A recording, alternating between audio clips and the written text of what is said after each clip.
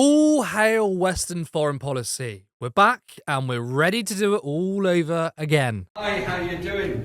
We're back and we're ready for it all over again. Unless you've been living under a rock, the Houthis, which are a Yemeni military movement, attacked Western commercial ships in the Red Sea. Now, despite the Houthis claiming they are doing this in support of Palestine by targeting ships going in and out of Israel, they've since expanded. The Houthis control parts of Western Yemen, including the strategically valuable Bab al-Mandeb Strait, which leads into the Red Sea and up to the Suez Canal. They say they are intercepting Israel-bound and Israeli-owned ships passing through Bab al-Mandeb to pressure Israel to ceasefire in Gaza or at least allow sufficient humanitarian aid in. But now they seem to have expanded operations after hitting the US ship sailing in the Gulf of Aden, which is at least their second attack on a vessel in the body of water off Yemen's southern coast. So initially there was a bit of a knee-jerk reaction from the online Twitter sphere, kind of saying, good for the Houthis who are doing this to try and force a ceasefire and support the Palestinians.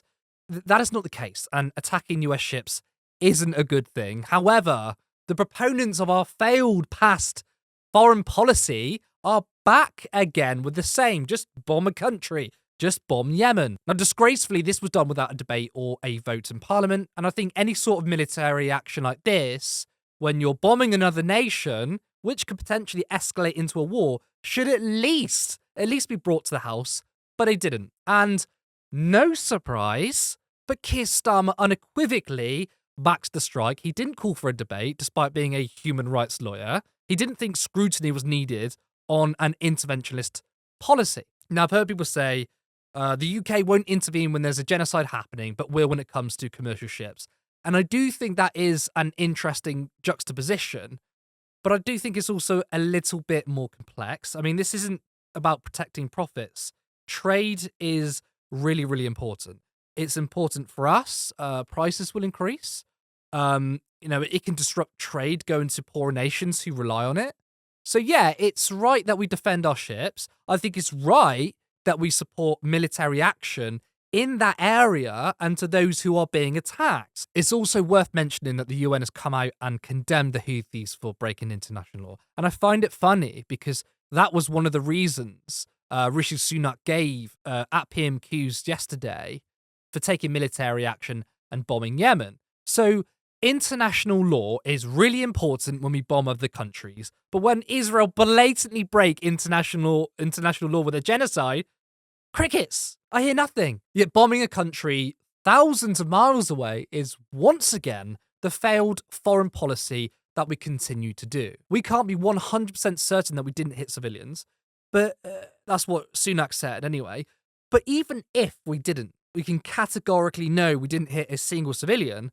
Bombing another country has such a radicalization effect. The rise of terrorist groups such as ISIS quite literally came about because of the West destabilizing and bombing Iraq. And specifically with ISIS, the CIA literally funded them because they thought ISIS were the moderates in the region, that it turns out they were far worse. And it doesn't have to be a direct support for a smaller rebel group for radicalization to happen. I mean, just simply being there, bombing and putting civilians' lives at even more risk will inevitably push people to radical groups. In fact, in the 3 months since Israel has been engaging in genocide, support for Hamas has increased from 12% to 44% in the West Bank. Now, does that mean that suddenly there are 32% more Palestinians who are terrorists? When you're literally being genocided and the only military opposition is Hamas, then what do you expect? So this will, of course, increase the risk of the same thing happening in Yemen. It's probably likely, I think, that the Houthis wanted us to do this because it's a brilliant recruitment tool. And to be clear here, the Houthis are a terrorist group. This is the slogan on their flag. Allah is the greatest. Death to America. Death to Israel. A curse upon the Jews. Victory to Islam. It's pretty clear how bad these people are, but it speaks to our chauvinism, our lack of long-term thinking, and also when tensions are escalated, there's many that will stand to profit. So they're probably very relaxed about a new war coming. And I'm not saying we're doing it for profit. I don't think that at all. But what I'm saying is that members of the British establishment have links to private companies who supply arms, who do make money from war, won't be devastated that we end up spending even more money on military equipment. Now, I have to bring up this point every single time when there's a military conflict, simply because the biggest idiots surface when it happens. having a different view on foreign policy doesn't automatically make you sympathize with one side, yet people say it anyway.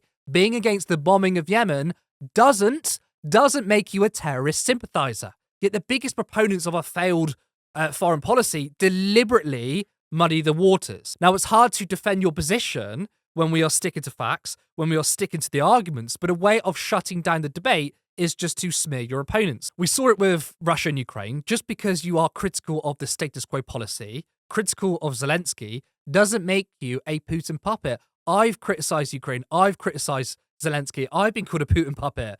You know, I completely support Ukraine against the Russian aggression, but it doesn't stop people. You know, I support aid being sent to them. I'm pretty relaxed about arms being sent over to them. Yet despite this, which, you know, puts me at odds with some lefties, which put me at odds with Corbyn, who has publicly said multiple times that sending arms isn't a good idea, I don't think he's a supporter of Putin.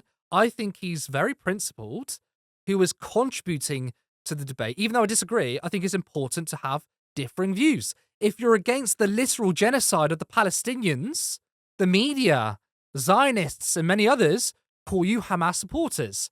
This tactic is being done again. Specifically, we've had Muslim Labour MPs who are being targeted. Zara Sultana, probably the country's best MP, received Islamophobia inside the Commons from Rishi Sunak and others simply because she didn't suck up to the British establishment. We have a clip that came with Zoltana's tweet. Past mistakes in the Middle East should have taught this House that military intervention starting out as limited can quickly escalate, risking a sequence of events far larger and more terrible and risk even dragging us into war. It is for this reason, according to reports in the Times, that Foreign Office officials were, and I quote, incredibly nervous about last week's military assault in Yemen. Driving the region's instability is Israel's horrifying assault on Gaza, which has now lasted more than 100 days. So rather than giving Israel the green light to continue its brutal bombardment of Gaza and risking a wider conflict, will the Prime Minister seek to de-escalate the situation and call for an immediate ceasefire? Prime Minister. Perhaps the Honourable Lady would do well to call on Hamas and the Houthis to de-escalate the situation. Andrew Percy. Thank you, Mr. Speaker. Too many people give a free pass to the terrorists who perpetrated the worst murder of Jews, and we've just seen an example of that, just as we saw examples of that on our streets this weekend. Order, Mr. Deputy Speaker, and in line with the House's rules, I informed the member in question that I would be referencing him. In the previous statement, the member for Brigg and Goole implied that I had just, and I quote, given a free pass to the terrorists who carried out the October the 7th attack. Mr. Deputy Speaker, that claim is grotesquely untrue. My question to the Prime Minister in no way had that implication. I was calling for a de-escalation in the region and for an immediate ceasefire, and his accusation is absolutely untrue. In this House and elsewhere, I have repeatedly condemned the actions of Hamas and called for the release of all hostages. Moreover, the member's gross accusation is playing to a racist trope, implying that because I am a Muslim, I support Hamas. So with rising Islamophobia and racist tropes asking British Muslims to prove their loyalty, can I ask you for guidance on how to get a full retraction and apology from the member for Brigg and Goole? But once again, we're flexing our stupid ass muscles, getting involved in shit with no contingency plan, without a care in the world about the consequences, and we have no opposition to this utter madness.